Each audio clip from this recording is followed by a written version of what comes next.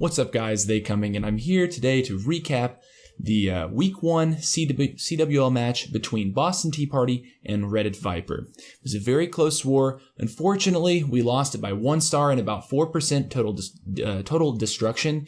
Even if we had tied on stars, I don't believe we would have been able to win the percentage game.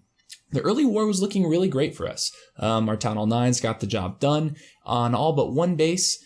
And that we could have spent, some more Town Hall 9 hits attempting it, but we decided to go ahead and put one dip attack on that and allow those few attacks we had to scout the Town Hall 10s. So it was definitely a calculated choice at that stage of the war.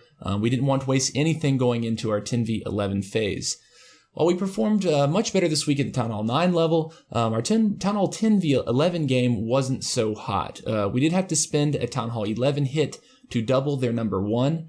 Really the Vipers Town Hall 10 game was one of the other things they kind of had over us. They did get one Town Hall 10v10 triple, and we did not get any. Also, we had too many 1-star Town Hall 10 hits, and that hurt us moving into our 11v10 phase. Also, we had 2 unfortunate 11v10 2-star fails, and that definitely hurt us at the very end. And you know what? We've got to own that. Stepping into the CWL under our own name this season, it's definitely putting the pressure on. And from last week's preseason victory to this week, we're overall still feeling a bit more tight in terms of just putting together the pieces and figuring out the end game. So from an administrative war general perspective, we all felt like we really were making the right choices and calls in terms of like who's going to hit who and what's going to happen, and how are we going to get the most value in the end game of the war. We just didn't quite execute. So I think that's something that we should definitely be proud of. Let's check out our 6-packers this war. First up is Mr. Smiley on the fresh 6-pack on his 11v10 dips. Totally necessary. Then we have Sphere. Both attacks 3 stars. 201 Mike and Qtek. Myself, Squirtle, and I believe one more at the bottom, and that would be Luke Bradley. Yes. So congratulations to those people, pulling out the 6-packs. Those are always great to have. We love seeing that. Anyways, let's look at our first attack in this recap. Let's check out Mr. Smiley on his dip duty, hitting number 5. And this was fresh. This is just what we're calling the bitch attack right now. It's bowlers and witches. Notice he's got 3 jump spells. I thought this was like kind of crazy. I mean, you don't see 3 jump spells in attacks that often. So right away, you're going to see him taking care of these corner huts just to get that trash going. And then he's going to start with bowlers and witches on either side of his funnel, with the intention that those bowlers and witches will then clear that and start strafing around the side of the base. So he drops down 2 jump spells pretty early. And then all of these bowlers and witches in the center are going to go right up to gut. Now, it's a little bit unfortunate on this side. He didn't get any bowlers to go out with those witches because it basically shuts down that portion of his attack. And that's kind of part of what makes this work very, very well. So that didn't work out so good, but he's got the jump down, the rage down, got the early warden ability. And one thing that I just want to point out is the effectiveness of a hound in the Town Hall 10 defending CC. As you can see, the Queen and the Warden both were substantially further behind the kill squad, and that prevents the Queen from helping shove the kill squad deeper and deeper into the base on these type of dip attack hits, particularly the bitch attack. So meanwhile, he's basically cleared the base. He's got a few of these loons that he's dropped in on the very, very back end to take out some of these air targeting defenses. And really, there's only the Inferno Tower, which is going to go down to the Queen, and then the Archer Tower. And as soon as that's down, I mean, there's really nothing stopping the rest of the attack. There's just not enough DPS left in the base. All 3, the King, Queen, and the Warden, do survive the raid. So GG to that. And GG to Mr. Smiley. 4x is just cleanup. Good job, bud. Next, moving on to Qtek hitting number 14. And Qtek did have a fresh 6-pack. And man, oh man, Qtek is just a monster for us. In this one, he's bringing the AQ Charge Mass Baby. So, gosh, whenever I see one of these, I just feel so compelled to show it. So he's starting up here at around the 2 o'clock position with the queen. He's using some baby dragons to funnel the sides there.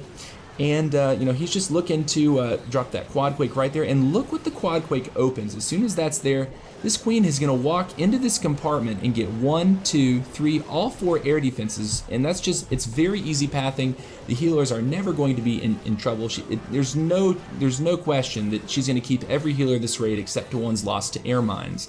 So that's a really, really great choice there. He gets a partial lure because one of the wall breakers goes in, and that's actually really, really great for this type of attack, because one thing about this is you're not taking a poison, so dealing with the baby dragon and all these small troops can be really tough, but there's actually no baby dragon, so he goes ahead and pops that rage just to get through this dragon quickly, and she's going to eventually step over and smack the enemy queen just shortly. There we go, and pop, pop, pop. There we go. So the queen is down, the sweeper is going to go down too to stop pestering him.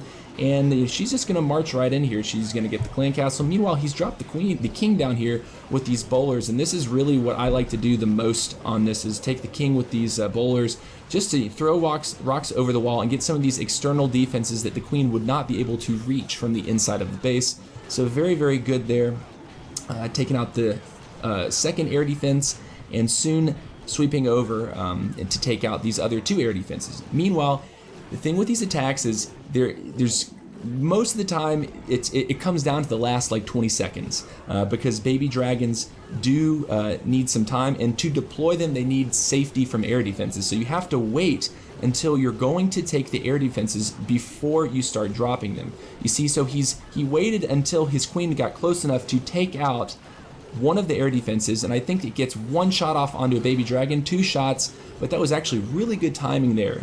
Just still working them in even though the air defense had not dropped. Now that all the air defenses are down, look what he's got. He's got 2 baby dragons in the air. He's got the queen with the ability and a rage, and 1 baby dragon in the bag. So what he's looking for here is just to wait for this queen to get through and eliminate a little bit more. If he were to send the baby dragon at that Tesla farm right now, it would die instantly and he would have lost the raid. This was actually pretty close on time.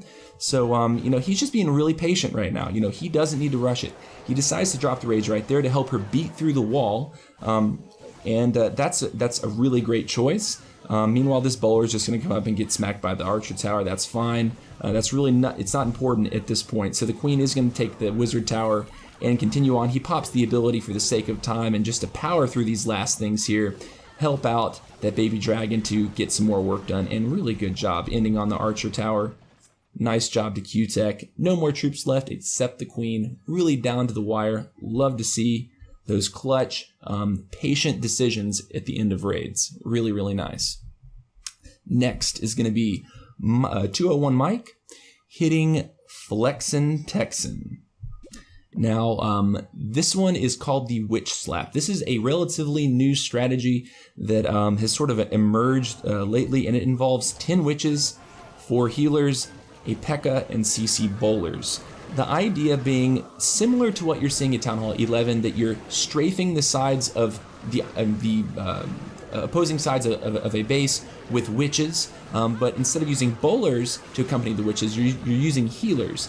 And it's really, really hard to stop this from what we've seen this week. I mean, this is something that has really just come up, but he has an unfortunate fail here. He actually double drops his jump spell. Yep, there's all his spells down on the field except for a heal. So he did have 2 jump spells, and the second jump was actually supposed to go deeper in here. And so that was definitely unfortunate. It slows down the attack quite a bit. But he doesn't have really any control over the attack at this point. He's deployed all of his spells except for a poison, and he has the queen ability. So he's just got to watch and pray at this point. Luckily for him, all of the healers are alive, and they are on the witches that are on the outside. The queen and the bowlers do come over and take out this Tesla farm with the P.E.K.K.A. actually tanking, and that looks really, really pretty for him. So good job that was just fortunate. They walked over there to help those witches on the outside deal with this Tesla farm. Really good. And then he gets a really beautiful healer switch at the core here. The core P.E.K.K.A. takes the healers from those external witches, and so now he's got 2 healers on the inside of the base with the queen and the P.E.K.K.A. And so it's really just can he do this in time? You know, I did not actually look at the timer at the beginning of this, but you know, I want to say this is pretty close because it's a slow moving attack for sure. So anyways, he still has 2 corner huts that he must deal with, so these troops are just gonna run from one corner to the other. 201 Mike, still getting it done. Good job, bud. And that is the Witch Slap. Next, I'm going to show one of my attacks on number 21, Genghis Khan. Yeah, that's right, I took you down, bud. With the Shattered Bow Lalo. And guys, it's a Lalo. I can do it now. Woo! Okay, so I decide to trade this mortar for pretty much free, just because I don't want a golem to start there. I start my first golem up on this 12 o'clock position. The idea is to then funnel this top side and then drop a jump over this air defense right there. So I've dropped a golem, a funneling wizard, and the queen to start cleaning this out, and that looks really good. I kind of have an unfortunate fail here with the bowlers. The bowlers don't go in, and in my scout I kind of saw this potentially being a problem, but I just went ahead and just said, you know what, I still want to put the bowlers in because even if they don't go in, they're going to be helpful for cleanup. The queen does get everything that the bowlers were designed to get. So the poison is down, the 2 golems are taking a lot of damage, and the queen is working on that baby dragon CC. Both enemy royals do perish, the enemy king and the bowlers on the outside of the base. Not a single one went in. GG to me there. But the queen, look at this incredible value. The queen is still behind these golemites, and she's going to get an Expo, and she's going to work down and actually end up taking out this archer tower here. So I just slow roll in one of my lava hounds and some balloons, and then I get my second lava hound, and I drop a haste spell pretty shortly. Yes. And they're going to haste over these external Teslas that pop. And, you know, I'm just kind of taking my time, but this is where I drop a heal over this Tesla section up here and a haste. And these 4 loons are going to be able, or 5 loons are going to be able to take this compartment relatively easy. I pop a rage to get through the wizard tower up here and take this last archer tower barely at the last moment. So that worked out brilliantly. I still have 2 loons in the bag. I drop 1 loon at that top cannon up there, but it does go down to a seeking air mine, as you'll see in just a moment. And you know, the king and the bowlers are still alive. The bowlers have walked the entire ring of the base cleaning trash the whole raid, and I swag a balloon, 2 goblins, and a haste spell. So that felt really good whenever I complete a Lalo, because it's still relatively uncomfortable for me. I feel really good about it, so awesome. And I think we have one more attack here today. We have Troll in a Cage attacking number 22. Now, Troll in a Cage brings the AQ charge Bow Lalo. So he doesn't bring golems, and so it's basically like my attack, but instead of using golems on the for the queen, he's using healers. So similar to the mass baby drag, but with a Lalo back end. So let's see. He lures a CC on the bottom right side of the base. He gets the baby dragon and the minions out. That looks good. And the queen starts up at around like 10 o'clock, and he drops the poison. So the minions are being dealt with. They're sitting in the poison. The baby dragon does come over and barely stays inside that poison long enough for the queen to take her out before causing her any major trouble. And the queen is, you know, just smooth sailing. Now, I didn't really like that he brings the quadquake here, and I'll explain why. There is literally nowhere else for this queen to go but into the base here. He has set the absolute perfect funnel. He could have jumped this. So looking back on this, I really wish that he would have dropped a jump spell on that junction rather than a quadquake. Even then, he still crushes it. I mean, so just watch. So he gets in here. The queen's doing some work. He's gonna have to drop a rage spell on the queen because she's gonna have several point defenses on her. Where's the rage? Where's the rage? Oh, maybe not. Okay, here it comes soon. He's got to. Or no, ability. Ability popped. Okay, so queen expends the ability, and she's going to be fine for the rest of the raid. And there is the rage spell to sustain her. She's going to clear out some other valuable trash. Meanwhile, he's dropped the king and the bowlers to do a little bit of a suicide walk here to get this third air defense, and they are going to get it. Very nice. And they're going to continue along behind the king to eliminate the Tesla farm. So really, really great value out of that Suicide King bowler walk. Really, really nice. 2 hounds in, already over to the last remaining defense, and he's got his loons closing in on all the remaining defenses here on the bottom side of the base. The rage spell down to help push all of those balloons straight through onto these core defenses, and that's really very, very, very pretty. So now they're just continuing up to 12 o'clock, and they will terminate on this archer tower, and he does get a very fortunate hound pop from a Seeking Air Mine. Beautiful attack, troll in a cage, loved it. Definitely could have used a jump there though, so just food for thought. Anyways guys, that's going to do it for this war recap. Gosh, 1-star loss, that week 1 of the CWL. Obviously there's 15 weeks in it or something like that, so we have a lot of room to come back and pick up some victories, but man, it was still a fun war. I still felt really great, especially after my attacks and watching other people pick up some really nice 3 stars. But you know what? That's competition. Anyways, guys, hope you enjoyed it. Take care. See you later.